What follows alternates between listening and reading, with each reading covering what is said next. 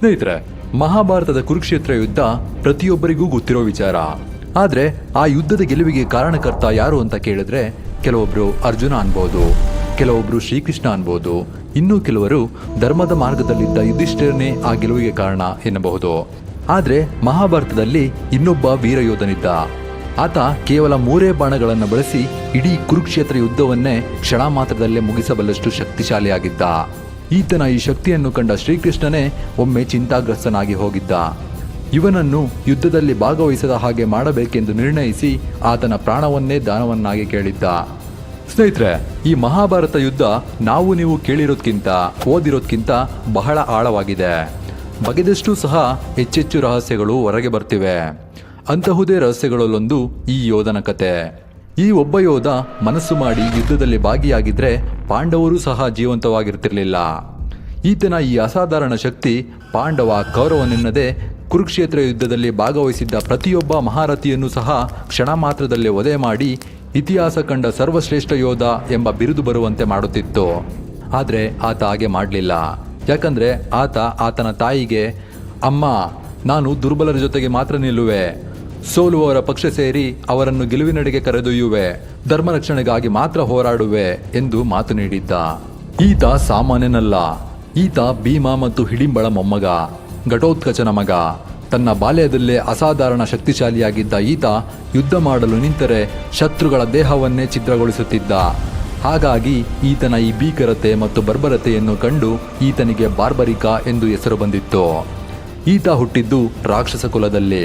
ತಂದೆ ಘಟೋತ್ಕಚ ಭೀಮನಂತೆ ಅಸಾಧಾರಣ ಶಕ್ತಿಶಾಲಿ ಮತ್ತು ತಾಯಿ ಮೋರ್ವಿ ಮಹಾಶಕ್ತಿಶಾಲಿ ಮುರಾಸುರ ಎಂಬ ರಾಕ್ಷಸನ ಮಗಳು. ಈ ಮುರಾಸುರನು ನರಕಾಸುರನ ಆಸ್ಥಾನದಲ್ಲಿ ಸೇನಾಧಿಪತಿಯಾಗಿದ್ದು, ಶ್ರೀಕೃಷ್ಣನು ನರಕಾಸುರನನ್ನು ಸಂಹರಿಸುವ ಸಮಯದಲ್ಲಿ ಮಧ್ಯೆ ಪ್ರವೇಶಿಸಿದ್ದ ಈತನನ್ನು ಸಹ ಸಂಹರಿಸಿದ್ದ.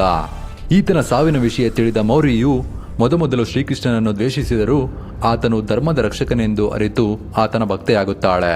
ಕೊನೆಗೆ ಶ್ರೀಕೃಷ್ಣನೇ ಆಕೆಯ ಧರ್ಮನಿಷ್ಠೆ ತ್ಯಾಗವನ್ನು ಪ್ರಶಂಸಿಸಿ ಖುದ್ದು ತಾನೇ ನಿಂತು ಘಟೋತ್ಕಚನೊಂದಿಗೆ ವಿವಾಹ ಮಾಡಿಸಿರುತ್ತಾನೆ. ಈ ಮೌರ್ವಿ ಅತಿ ಬುದ್ಧಿವಂತೆ, ಧೈರ್ಯವಂತೆ ಮತ್ತು ಮಾಯಾವಿ ವಿದ್ಯೆಯಲ್ಲಿ ನಿಸ್ಸೀಮಳು. ಈಕೆ ಪರಶಿವನ ಅಪ್ರತಿಮ ಭಕ್ತೆಯೂ ಹೌದು. ಶ್ರೀಕೃಷ್ಣನು ಈಕೆಯನ್ನು ಘಟೋತ್ಕಚನೊಂದಿಗೆ ವಿವಾಹ ಮಾಡಿಸಿದ್ದಕ್ಕೂ ಒಂದು ಕಾರಣವಿದೆ. ಹಿಡಿಂಬೆಯ ಮಗನಾಗಿದ್ದ ಅಪ್ರತಿಮ ಬಲಶಾಲಿಯಾಗಿದ್ದ ಘಟೋತ್ಕಚನಿಗೆ ತನ್ನ ಶಕ್ತಿಯನ್ನು ಹೇಗೆ ಬಳಸಬೇಕು, ಎಲ್ಲಿ ಬಳಸಬೇಕೆಂಬ ಸಾಕಷ್ಟು ಮಾರ್ಗದರ್ಶನದ ಅವಶ್ಯಕತೆ ಇದ್ದು, ಈತನ ಶಕ್ತಿ ನದಿಯ ನೀರಿನಂತೆ ಸರಿಯಾದ ಮಾರ್ಗವಿಲ್ಲದೆ ಹರಿದಾಡುತ್ತಿತ್ತು. ಹಾಗಾಗಿ ವಿವಾಹವಾದೊಡನೆ ಪತ್ನಿ ಮೌರ್ವಿಯ ಮಾರ್ಗದರ್ಶನದಲ್ಲಿ ಆತನ ಬಲ ಇನ್ನೂ ಹೆಚ್ಚಾಗತೊಡಗಿತು. ಆಕೆ ಈತನಿಗೆ ಯುದ್ಧದ ನಿಯಮ, ಶಿಸ್ತು ಮತ್ತು ಧರ್ಮದ ಪಾಠ, ತಾನು ಕಲಿತಿದ್ದ ಶಸ್ತ್ರವಿದ್ಯೆಗಳನ್ನೆಲ್ಲ ಕಲಿಸಿಕೊಡುತ್ತಾಳೆ. ನಂತರ ಇವರಿಬ್ಬರ ಸಮ್ಮಿಲನದಿಂದ ಜನಿಸಿದ್ದೇ ಈ ಬಾರ್ಬರಿಕಾ. ಬಾಲ್ಯದಿಂದಲೇ ಯುದ್ಧೋತ್ಸಾಹ ತೋರುತ್ತಿದ್ದ ಈತನಿಗೆ ತಂದೆ ಘಟೋತ್ಕಚ ಮತ್ತು ತಾಯಿ ಮೌರ್ವಿಯು ತಮ್ಮ ವಿದ್ಯೆಗಳನ್ನೆಲ್ಲ ಧಾರೆ ಎರೆದಿರುತ್ತಾರೆ. ತಂದೆಯಿಂದ ಬಲವನ್ನು ಪಡೆದರೆ ತಾಯಿಯಿಂದ ಬುದ್ಧಿವಂತಿಕೆ, ಧರ್ಮ ಮಾರ್ಗ, ಚಾಣಾಕ್ಷತನವನ್ನು ಉಪಯೋಗಿಸಲು ಕಲಿತ. ಈತನ ಈ ಅಸಾಧಾರಣ ಶಕ್ತಿ, ಯುದ್ಧೋತ್ಸಾಹವನ್ನು ಕಂಡ ಮೌರ್ವಿಯು ಈತನ ಬಲಕ್ಕೆ ಸರಿಯಾದ ಮಾರ್ಗ ನೀಡಬೇಕೆಂದುಕೊಂಡು ಶಿವನ ಕುರಿತು ತಪಸ್ಸು ಮಾಡಲು ತಿಳಿಸುತ್ತಾಳೆ. ತಾಯಿಯ ಆಜ್ಞೆಯಂತೆ ಈತ ಹಸಿವು ಬಾಯಾರಿಕೆ ಎನ್ನದೆ ವರ್ಷಾನುಗಟ್ಟಲೆ ಕಠಿಣ ತಪಸ್ಸನ್ನು ಮಾಡಲಾಗಿ ಈತನ ಭಕ್ತಿಗೆ ಮೆಚ್ಚಿದ ಪರಶಿವನು ಈತನಿಗೆ 3 ಬಾಣಗಳನ್ನು ವರವಾಗಿ ನೀಡುತ್ತಾನೆ. ನಂತರ ಅಗ್ನಿದೇವನು ಈತನಿಗೆ ಧನಸ್ಸನ್ನು ನೀಡುತ್ತಾನೆ. ಈ 3 ಬಾಣಗಳು ಎಷ್ಟು ಬಲಿಷ್ಠವಾಗಿತ್ತೆಂದರೆ ಕ್ಷಣ ಮಾತ್ರದಲ್ಲೇ ಶತ್ರುಗಳನ್ನು ನಾಶ ಮಾಡಬಲ್ಲಷ್ಟು ಪ್ರಬಲವಾಗಿರುತ್ತೆ. ಮೊದಲ ಬಾಣವು ಇಡೀ ಯುದ್ಧ ಭೂಮಿಯಲ್ಲಿನ ಶತ್ರುಗಳನ್ನೆಲ್ಲ ಹುಡುಕಿ ಗುರುತು ಮಾಡಿದರೆ, ಎರಡನೇ ಬಾಣವು ಮೊದಲ ಬಾಣ ಗುರುತು ಮಾಡಿದ ಶತ್ರುಗಳನ್ನೆಲ್ಲ ಒಂದೇ ಕ್ಷಣದಲ್ಲಿ ನಾಶ ಮಾಡುತ್ತಿತ್ತು. 3ನೇ ಬಾಣವು ಹಾರಿಸಿದ ಎಲ್ಲಾ ಬಾಣಗಳನ್ನು ಪುನಃ ಬತ್ತಳಿಕೆಗೆ ಸೇರುವಂತೆ ಮಾಡುತ್ತಿತ್ತು. ಅಂದರೆ ಆತನ ಬತ್ತಳಿಕೆ ಎಂದೂ ಖಾಲಿಯಾಗದ, ಎಂದೂ ನಾಶವಾಗದ ದಿವ್ಯ ಶಕ್ತಿಗಳನ್ನೊಳಗೊಂಡ 3 ಬಾಣಗಳಿಂದ ಕೂಡಿರುತ್ತಿತ್ತು. ಹಾಗಾಗಿ ಈತನನ್ನ 3 ಬಾಣಗಳ ಯೋಧ ಎಂತಲೂ ಕರೆಯಲಾಗುತ್ತಿತ್ತು.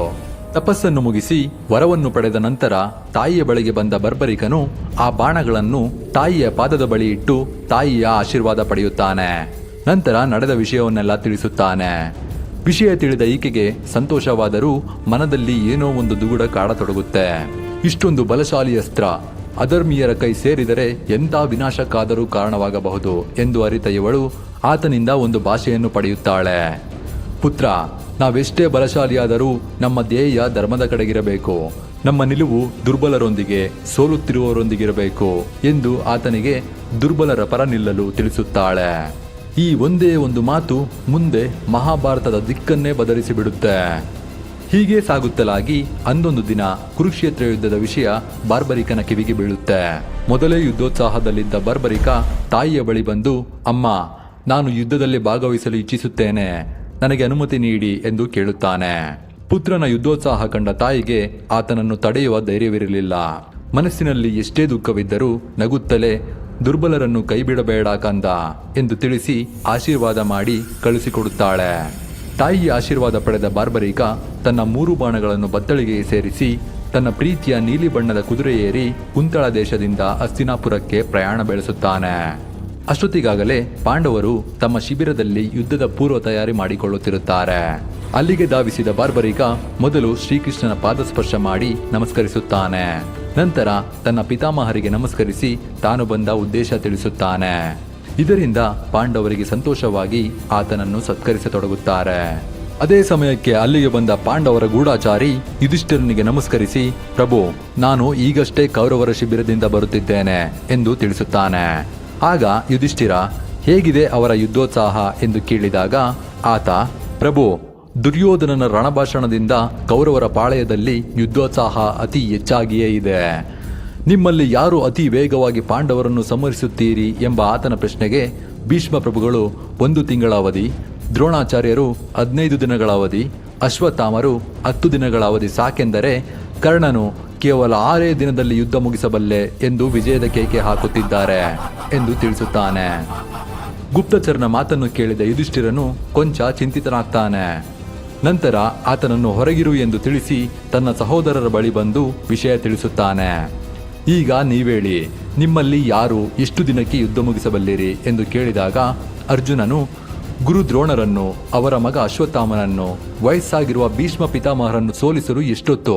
ಅವರಿಗೆಲ್ಲ ನಾನೊಬ್ಬನೇ ಸಾಕು, ನನಗೆ 1 ದಿನದ ಸಮಯ ನೀಡಿ ಸಾಕು, ಎಲ್ಲರನ್ನು ಸಂಹರಿಸಿ ನಿಮ್ಮ ಮುಂದೆ ಬಂದು ನಿಲ್ಲುತ್ತೇನೆ ಎನ್ನುತ್ತಾನೆ. ಇವರ ಈ ಮಾತನ್ನೆಲ್ಲ ತೀಕ್ಷ್ಣವಾಗಿ ಗಮನಿಸುತ್ತಿದ್ದ ಬಾರ್ಬರಿಕ, ಪಿತಾಮಹರೇ, ನೀವೆಲ್ಲ ದಿನಗಳ ಸಮಯ ತೆಗೆದುಕೊಂಡು ಯುದ್ಧ ಮಾಡಲು ಬಯಸುತ್ತಿರುವಿರಾ? ಅಷ್ಟೊಂದು ಸಮಯವೇಕೆ? ನಾನು ಕೇವಲ 1 ಕ್ಷಣದಲ್ಲಿ ಅವರನ್ನೆಲ್ಲ ಸಂಹರಿಸಿ ಯುದ್ಧ ಮುಗಿಸಬಲ್ಲೆ ಎಂದು ತಿಳಿಸುತ್ತಾನೆ. ಈತನ ಈ ಮಾತನ್ನು ಕೇಳಿದ ಎಲ್ಲರೂ ಒಮ್ಮೆಲೆ ಆಶ್ಚರ್ಯಕ್ಕೊಳಗಾಗುತ್ತಾರೆ. ನಂತರ ಶ್ರೀಕೃಷ್ಣನು, ಪುತ್ರ, ಅದು ಹೇಗೆ ಸಾಧ್ಯ? ಸ್ವಲ್ಪ ಬಿಡಿಸಿ ಹೇಳಬಲ್ಲೆಯಾ ಎಂದು ಕೇಳಿದಾಗ ಬಾರ್ಬರಿಕನು ತನ್ನ ಬತ್ತಳಿಕೆಯಲ್ಲಿರುವ 3 ಬಾಣಗಳನ್ನು ತೋರಿಸಿ ಅದರ ಹಿನ್ನೆಲೆ ಮತ್ತು ಅದಕ್ಕಿರುವ ಶಕ್ತಿಯನ್ನು ತಿಳಿಸುತ್ತಾನೆ. ಇದನ್ನೆಲ್ಲ ಕೇಳಿ ಕುತೂಹಲಗೊಂಡ ಶ್ರೀಕೃಷ್ಣನು ಆತನನ್ನು ಪರೀಕ್ಷಿಸಲು ಮುಂದಾಗುತ್ತಾನೆ. ಆತನನ್ನು ಒಂದು ಆಲದ ಮರದ ಬಳಿ ಕರೆದುಕೊಂಡು ಹೋಗಿ, ಬಾರ್ಬರಿಕ, ನೋಡು, ಈ ಆಲದ ಮರವೇ ಒಂದು ರಣರಂಗವೆಂದು ತಿಳಿದುಕೋ. ಇದರಲ್ಲಿ ಒಣಗಿರುವ ಎಲೆಗಳನ್ನು ನಿನ್ನ ಶತ್ರುಗಳೆಂದು ತಿಳಿದುಕೋ. ಒಂದೂ ಹಸಿರೆಲೆಗೆ ಹಾನಿಯಾಗದಂತೆ ಸಂಪೂರ್ಣ ಶತ್ರುನಾಶ ಮಾಡು ಎಂದು ತಿಳಿಸುತ್ತಾನೆ. ಆಗ ತಡ ಮಾಡದ ಬಾರ್ಬರಿಕನು ತನ್ನ ಬತ್ತಳಿಕೆಯಿಂದ ಬಾಣವನ್ನು ತೆಗೆದು ಮಂತ್ರ ಪಠಿಸಿ ಹೂಡಿಯೇ ಬಿಡ್ತಾನೆ. ಆ ಬಾಣವು ಆ ಮರದಲ್ಲಿದ್ದ ಪ್ರತಿ ಒಣ ಎಲೆಗಳ ಮೇಲೆ ಗುರುತು ಮಾಡುತ್ತಿರುವಾಗ ಕೆಳಗೆ ಬಿದ್ದ ಒಂದು ಎಲೆಯನ್ನು ಶ್ರೀಕೃಷ್ಣ ತನ್ನ ಪಾದದಡಿ ಬಚ್ಚಿಟ್ಟುಕೊಳ್ಳುತ್ತಾನೆ. ನಂತರ ಬಾರ್ಬರಿಕನು ತನ್ನ 2ನೇ ಬಾಣವನ್ನು ಹೂಡುತ್ತಾನೆ. ಆ ಬಾಣವು ಮೊದಲ ಬಾಣ ಗುರುತಿಸಿದ್ದ ಪ್ರತಿ ಎಲೆಯನ್ನು ನಾಶ ಮಾಡುತ್ತಾ ಸಾಗಲಾಗಿ ಕೊನೆಗೆ ಶ್ರೀಕೃಷ್ಣನು ಬಚ್ಚಿಟ್ಟುಕೊಂಡಿದ್ದ ಪಾದಕ್ಕೆ ಬಂದು ಹೊಕ್ಕುತ್ತದೆ. ಇದರಿಂದ ಗಾಬರಿಯಾದ ಬಾರ್ಬರಿಕನು ಶ್ರೀಕೃಷ್ಣನ ಬಳಿ ಬಂದು ಕ್ಷಮೆಯಾಚಿಸುತ್ತಾನೆ. ಆದರೆ ಶ್ರೀಕೃಷ್ಣನು ತನ್ನ ಕಾಲನ್ನು ಸರಿಸಿ, ನಾನು ನಿನ್ನ ಸಾಮರ್ಥ್ಯವನ್ನು ಪರೀಕ್ಷಿಸಲು ಒಂದು ಎಲೆಯನ್ನು ನನ್ನ ಕಾಲಿನಡಿ ಅವಿತಿದ್ದೆ, ಹಾಗಾಗಿ ಹೀಗಾಯಿತು.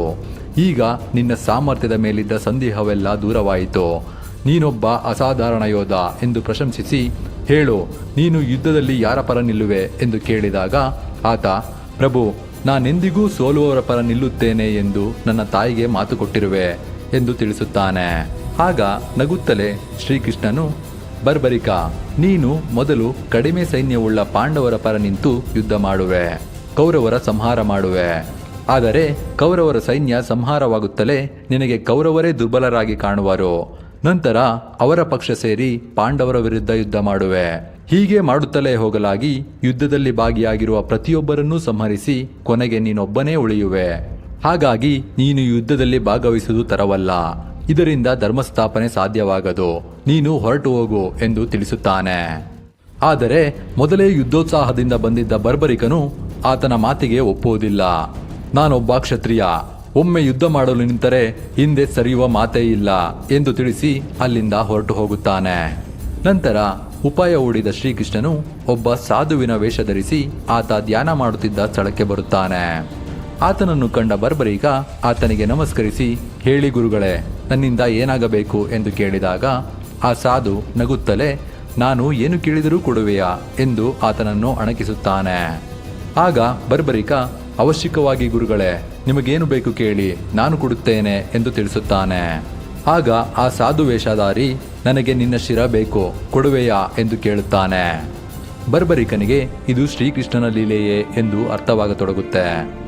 ಆಗ ಆತ, ನಿಮ್ಮಿಚ್ಛೆಯಂತೆಯೇ ಆಗಲಿ, ಮೊದಲು ನಿಮ್ಮ ಮೂಲ ರೂಪಕ್ಕೆ ಬನ್ನಿ ಎಂದು ತಿಳಿಸುತ್ತಾನೆ. ಅಂತೆಯೇ ತನ್ನ ಮೂಲ ರೂಪಕ್ಕೆ ಬಂದ ಶ್ರೀಕೃಷ್ಣನಿಗೆ ನಮಸ್ಕರಿಸಿ, ಪ್ರಭು, ನಿಮ್ಮ ಲೀಲೆ ಅದ್ಭುತ, ನೀವು ಅಂದುಕೊಂಡಂತೆ ಸಾಧಿಸಿಬಿಟ್ಟಿರಿ. ನನ್ನ ಶಿರಛೇದನದಿಂದಲೇ ಧರ್ಮ ಸ್ಥಾಪಿತವಾಗಬೇಕೆಂದಿದ್ದರೆ ಹಾಗೆ ಆಗಲಿ. ಆದರೆ ನನ್ನದೊಂದು ಕೋರಿಕೆ ಪ್ರಭು, ನಾನಂತೂ ಯುದ್ಧದಲ್ಲಿ ಭಾಗವಹಿಸುತ್ತಿಲ್ಲ, ಹಾಗಾಗಿ ಕನಿಷ್ಠ ಪಕ್ಷ ಯುದ್ಧವನ್ನು ವೀಕ್ಷಿಸಲು ಅವಕಾಶ ಮಾಡಿಕೊಡಿ ಎಂದು ಕೇಳುತ್ತಾನೆ. ಶ್ರೀಕೃಷ್ಣನು ಹಾಗೇ ಆಗಲಿ ಎಂದು ತಿಳಿಸುತ್ತಾನೆ. ಮರುಕ್ಷಣ ಬಾರ್ಬರಿಕ ತನ್ನ ಬಳಿ ಇದ್ದ ಖಡ್ಗವನ್ನು ತೆಗೆದುಕೊಂಡು ನೋಡುತ್ತಲೇ ತನ್ನ ಶಿರವನ್ನು ದೇಹದಿಂದ ಬೇರ್ಪಡಿಸುತ್ತಾನೆ. ನಂತರ ಶ್ರೀಕೃಷ್ಣನು ಜಗದಂಬಿಕೆಯನ್ನು ಆಮಂತ್ರಿಸಿ ಆಕೆಯಿಂದ ಆ ಶಿರಕ್ಕೆ ಅಮೃತವನ್ನು ಸಿಂಪಡಿಸಲು ಕೇಳುತ್ತಾನೆ. ಅಮೃತ ಸಿಂಚನವಾದೊಡನೆ ಆತನ ಶಿರಕ್ಕೆ ದಿವ್ಯಶಕ್ತಿ ದೊರಕುತ್ತದೆ. ನಂತರ ಆತನ ಶಿರವನ್ನು ಕೈಗೆತ್ತಿಕೊಂಡ ಶ್ರೀಕೃಷ್ಣನು ಒಂದು ಕ್ಷಣ ಭಾವುಕನಾಗ್ತಾನೆ. ನೀನು ತ್ರಿಲೋಕ ಕಂಡಂತಹ ಅತ್ಯಂತ ಶ್ರೇಷ್ಠ ದಾನಿ, ನೀನು ನನ್ನ ಪ್ರೀತಿಗೆ ಪಾತ್ರವಾಗಿರುವೆ. ಹಾಗಾಗಿ ಕಲಿಯುಗದಲ್ಲಿ ಜಗತ್ತು ನಿನ್ನನ್ನು ನನ್ನದೇ ಪ್ರತಿಬಿಂಬವಾಗಿ ಪೂಜಿಸಲಿ. ಯಾರು ನಿನ್ನನ್ನು ಭಕ್ತಿಯಿಂದ ಪೂಜಿಸುತ್ತಾರೋ ಅವರ ಕಷ್ಟಗಳನ್ನೆಲ್ಲ ಪರಿಹರಿಸುವ ಶಕ್ತಿಯನ್ನು ನಾನು ನಿನಗೆ ನೀಡುತ್ತೇನೆ. ನೊಂದು ಬಂದವರ, ಸೋತವರ ಪರವಾಗಿ ನಿಲ್ಲುವ ನಿನ್ನನ್ನು ಸೋತವರ ಭರವಸೆ ಎಂದೇ ಜನ ನೆನಪಿಟ್ಟುಕೊಳ್ಳುತ್ತಾರೆ ಎಂದು ತಿಳಿಸಿ ರಣರಂಗದ ಸಮೀಪದಲ್ಲಿದ್ದ ಒಂದು ಬೆಟ್ಟದ ಮೇಲೆ ಒಂದು ಉನ್ನತ ಸ್ಥಾನದಲ್ಲಿ ಆತನ ಶಿರವನ್ನಿಡುತ್ತಾನೆ.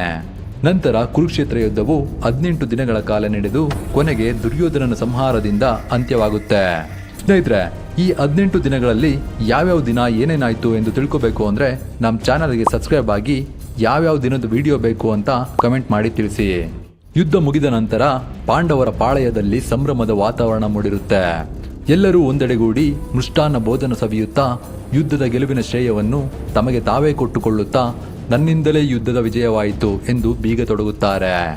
ಇತ್ತ ಭೀಮನು, ನಾನು ದುರ್ಯೋಧನನನ್ನು ದುಶ್ಯಾಸನನ್ನು ಸಂಹರಿಸಿದ್ದೇ ಯುದ್ಧದ ವಿಜಯಕ್ಕೆ ಕಾರಣ ಎಂದರೆ, ಇತ್ತ ಅರ್ಜುನನು, ನಾನು ಕರ್ಣ, ಭೀಷ್ಮರಂತಹ ಅತಿರಥ ಮಹಾರಥರನ್ನು ಸಂಹರಿಸಿದ್ದೇ ಗೆಲುವಿಗೆ ಕಾರಣ ಎನ್ನತೊಡಗುತ್ತಾನೆ.